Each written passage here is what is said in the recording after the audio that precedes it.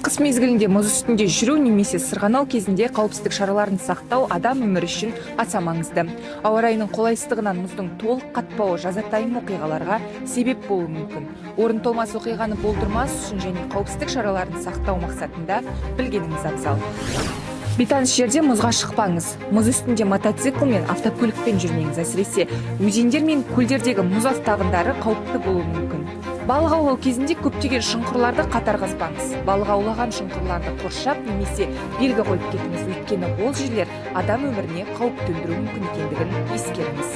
Балалардың мұз үстінде ойнауына қатаң бақылау орнатыңыз. Мұз үстінде бір жерде топталып жиналмау қажеттігін ескеріңіз. Қараңғы кезде көрінбейтін уақытта және мас күйде мұз бетіне шықпау қажеттігін қатаң түрде ескертеміз. Мұзға шығуға тыйым салынған белгілерге мән беріңіз.